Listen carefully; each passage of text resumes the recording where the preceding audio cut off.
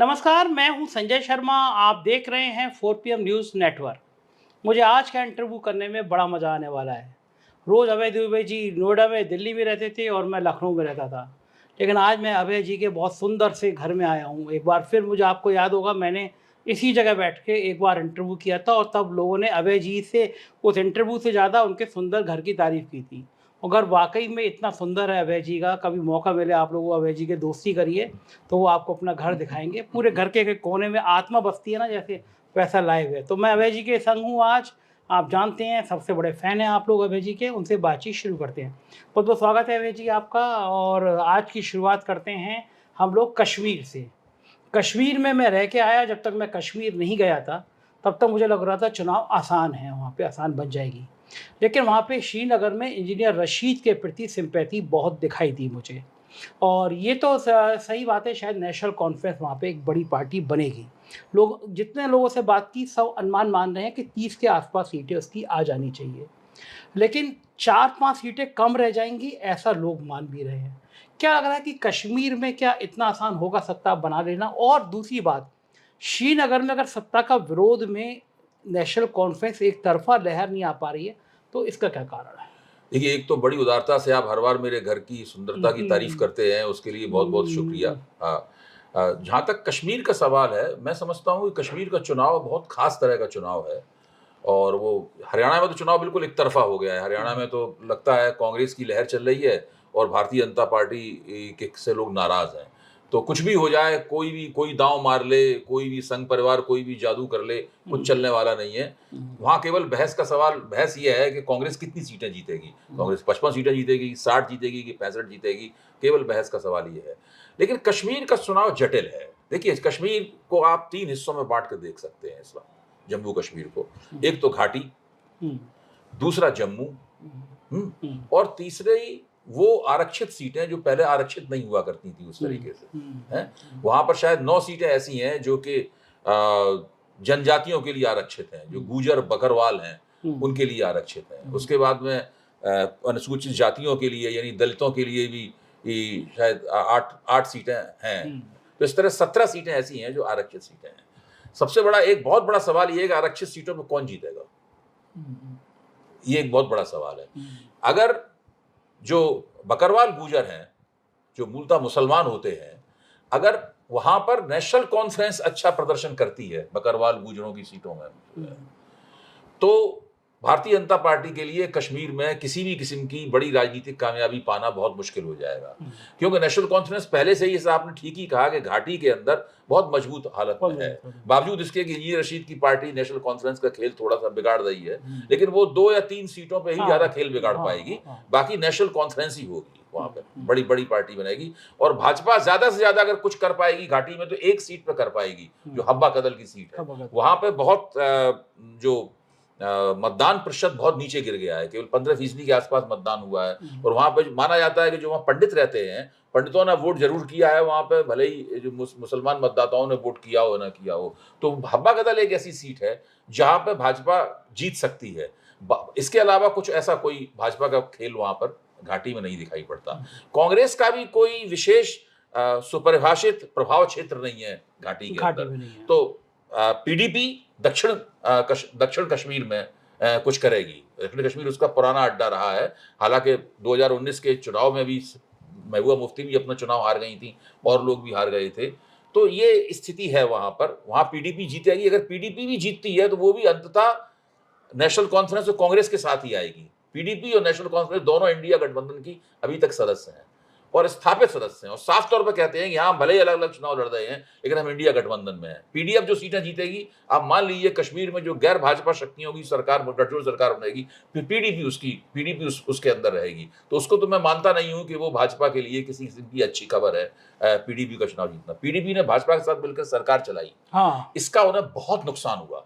हुँ, इतना नुकसान हुआ कि तब से वो लगातार वो हार ही रहे हैं। हाँ, हाँ, है कि नहीं? तो ये जो बात है ना, वो दाग अभी तक उनके दामन से नहीं छूटा है। अब दोबारा कभी वो भाजपा के साथ वो नहीं आएँगे।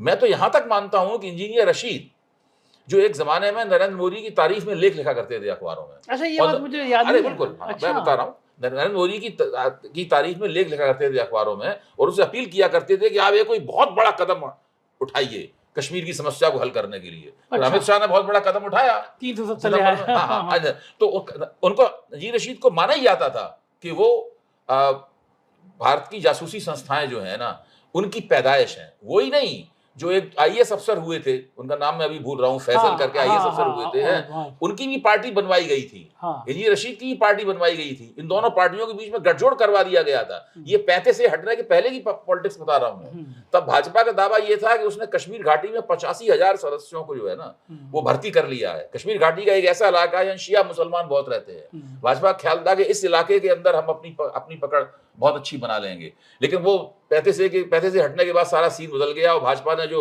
सदस्य भर्ती कराए थे उनका भी कोई मतलब नहीं रह गया। तो इस वक्त घाटी में भाजपा ज्यादा एक सीट जीत सकती है। नेशनल कॉन्फ्रेंस जम के जीतेगी।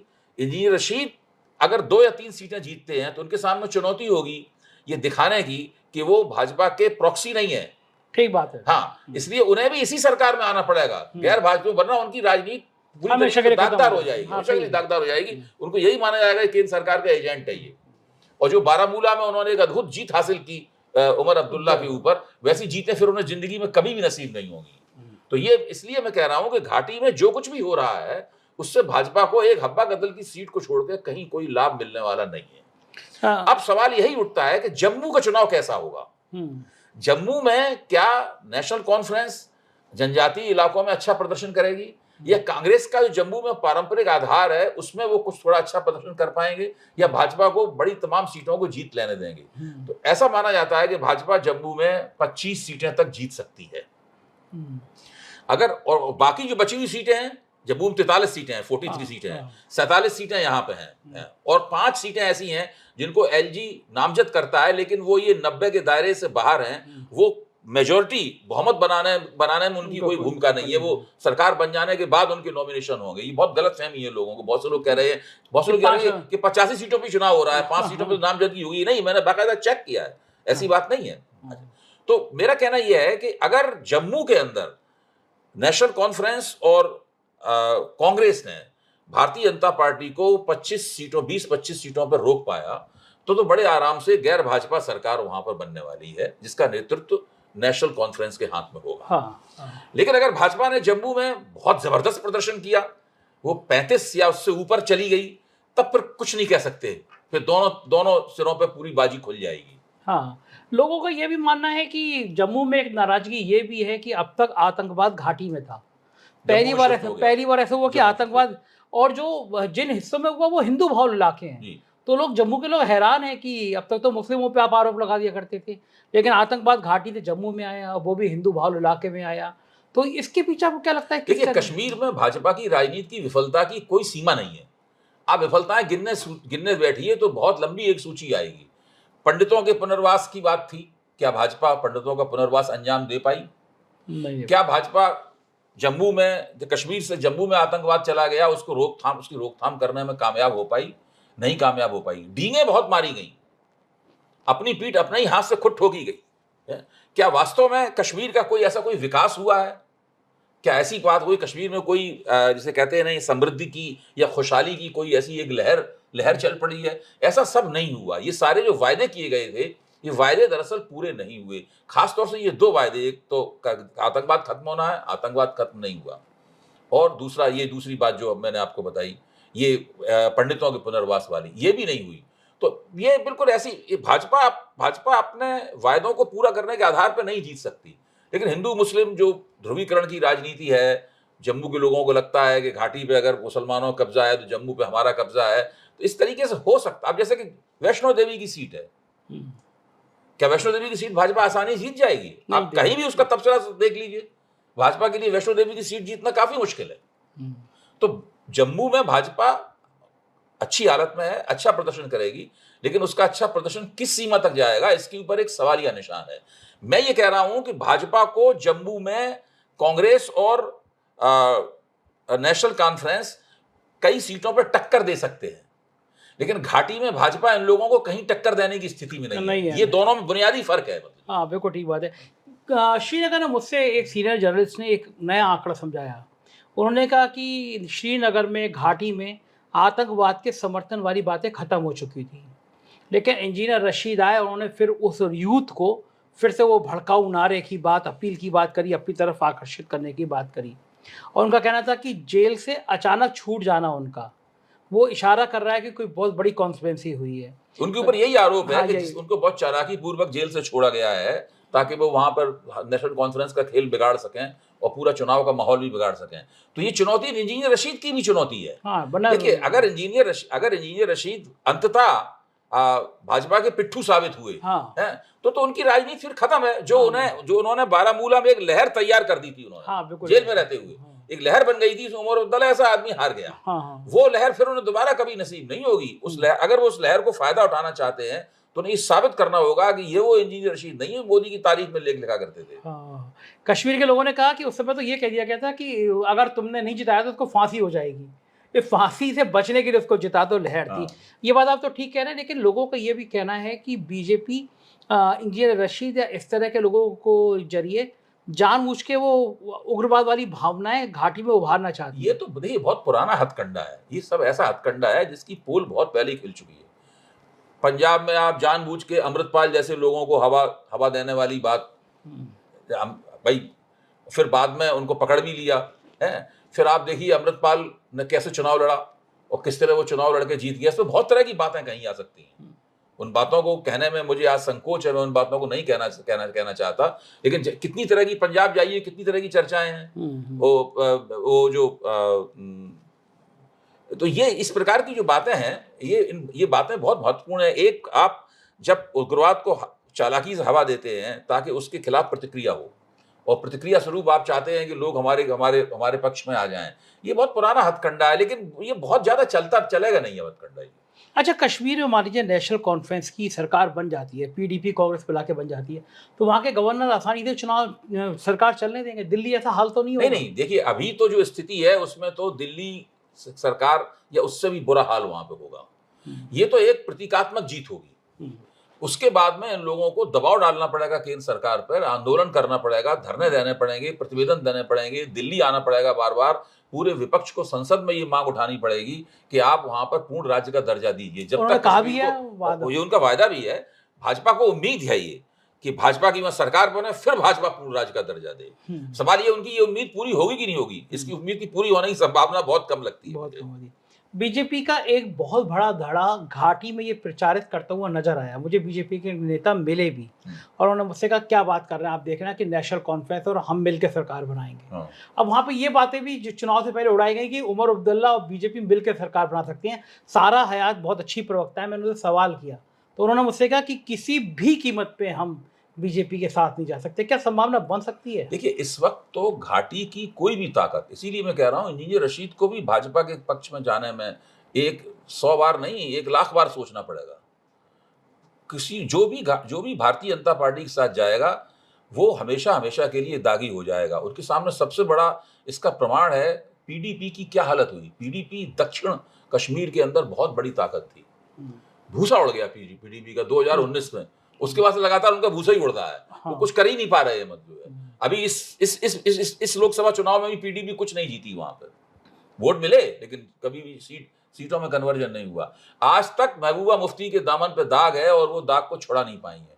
कि जिन दिनों इनकी सरकार चल रही थी, मैं संतोष भारती और कश्मीर का दौरा करने के लिए गए, उसमें मैंने एक रिपोर्ट लिख के भी इन लोगों को दी थी, सबमिट की थी। ज्यादा उस रिपोर्ट का प्रचार नहीं हो पाया। लेकिन उस वक्त हालत ये थी कि जब हम लोगों से बात करते थे तो लोग कहते थे कि कश्मीर के भाजपाइयों को तो कभी जीवन में यकीन ही नहीं था कि कभी ये सचिवालय का मुंह भी देखेंगे। इसलिए इनकी हालत इस वक्त ऐसी है, बंदर के हाथ में उस्तरा दे दिया जाए तो जो हरकतें करते हैं उस तरह की हरकतें ये करते हुए घूम रहे हैं।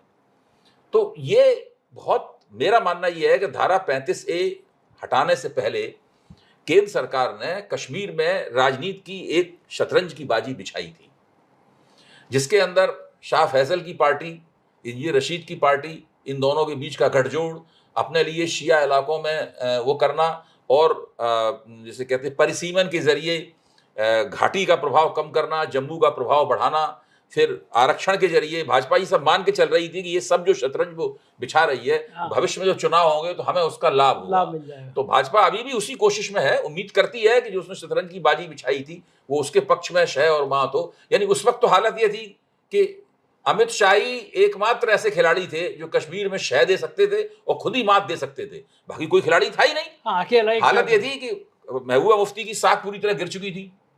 उमर अब्दुल्ला घर में निष्क्रिय बैठे हुए थे, उन्होंने जनता से संपर्क भी नहीं किया था। फारूक अब्दुल्ला का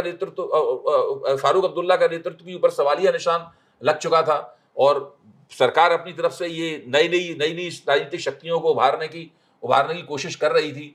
तो भाजपा को लग रहा था कि ये सब हम करेंगे, लेकिन उसे ये नहीं पता था, भाजपा को ये अंदाजा लगाया था जब वो 35 से हटा देंगे तो कश्मीर के किसी भी राजनीतिक ताकत के पास कोई एजेंडा ही नहीं रह जाएगा। हाँ, पुरानी सारी मांगे जीरो हो जाएंगी। हाँ, पहले जिस तरह राजनीति होती थी वो राजनीति करने की संभावना ही समाप्त हो जाएगी।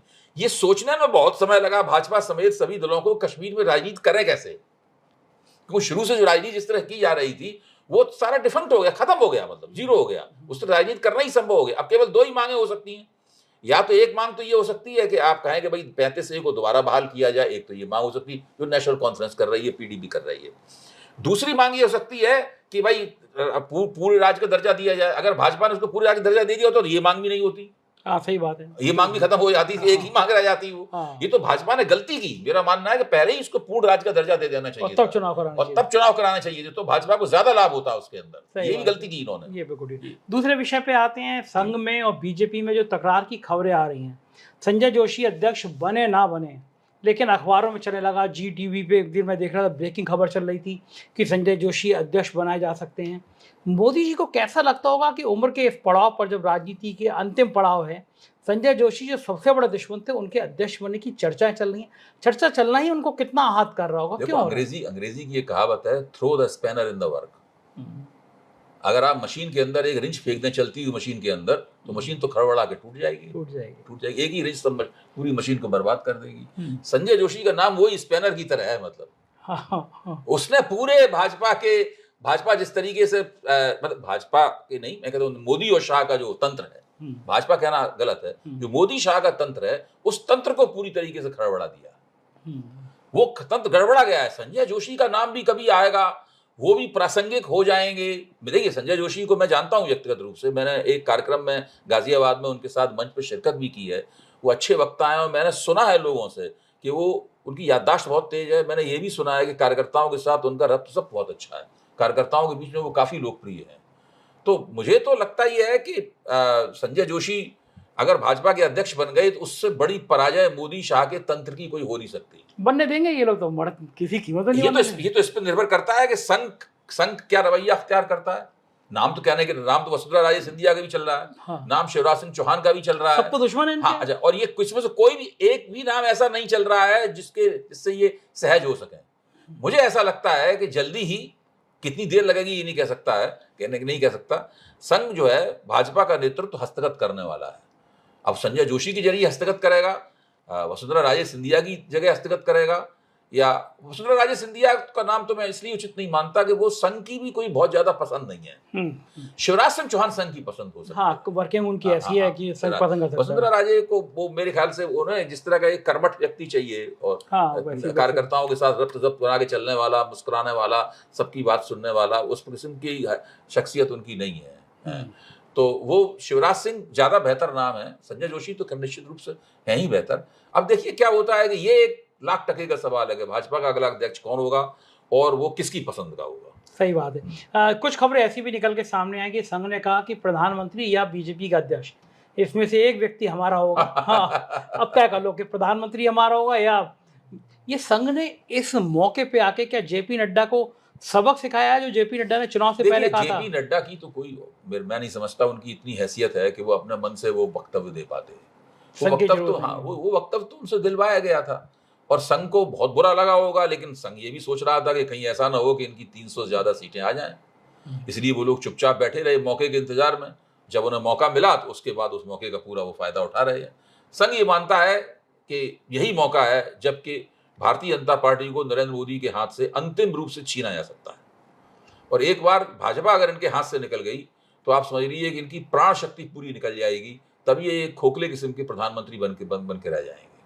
ये लग रहा है कि आपको लग रहा है कि जो शीतकालीन सत्र होगा उससे पहले क्या तय हो जाएगा बीजेपी का अध्यक्ष कौन होगा? मेरे ख्याल से काफी और पहले से देर हो चुकी है। इस काम को जितनी जल्दी हो सके उतना करना होगा। और जैसे ही नया अध्यक्ष बनेगा, अगर वो संघ की पसंद का हुआ तो पूरी भाजपा को ओवरऑल करना शुरू करेगा, राज्यों से लेकर और जिला स्तर तक सब करना शुरू करेगा उसमें। लोग तो इसलिए भी वो संजय जोशी उस जरिए पूरी तरीके से मोदी और शाह की जो छाप है ना, वो इनके हाथ से निकल जाएगी। याद कीजिए, लोकसभा चुनाव से पहले एक मीटिंग में जब कुछ लोगों ने सवाल उठाए थे, तो शाह ने उनसे साफ कहा था, जब तक हम हैं हम पार्टी को इसी तरह चलाएंगे, जब हम नहीं रहेंगे तब देखा जाएगा। हाँ। तो अब ये एक बहुत बड़ी विडंबना होगी उनके लिए, बहुत बड़ी त्रासदी होगी उनके लिए कि वो रहेंगे और पार्टी उनके हाथ से निकल जाएगी। लोग इसलिए भी कह रहे हैं कि संजय जोशी महाराष्ट्र की पृष्ठभूमि से आते हैं और महाराष्ट्र में चुनाव है, उससे पहले कमान देके महाराष्ट्र में संदेश दिया जा सकता है कि देखो अब तो पूरी पार्टी महाराष्ट्र की हो गई है, महाराष्ट्र में बीजेपी की नाराजगी है, जो गुजरात बनाम महाराष्ट्र का द्वंद्व है वो संजय जोशी के जरिए निपटाया जा सकता है। देखिए, संजय जोशी का अध्यक्ष बनने से महाराष्ट्र के चुनाव में कोई असर पड़ेगा ये मैं नहीं मानता। महाराष्ट्र के चुनाव में भाजपा हारने के लिए अभिशप्त है।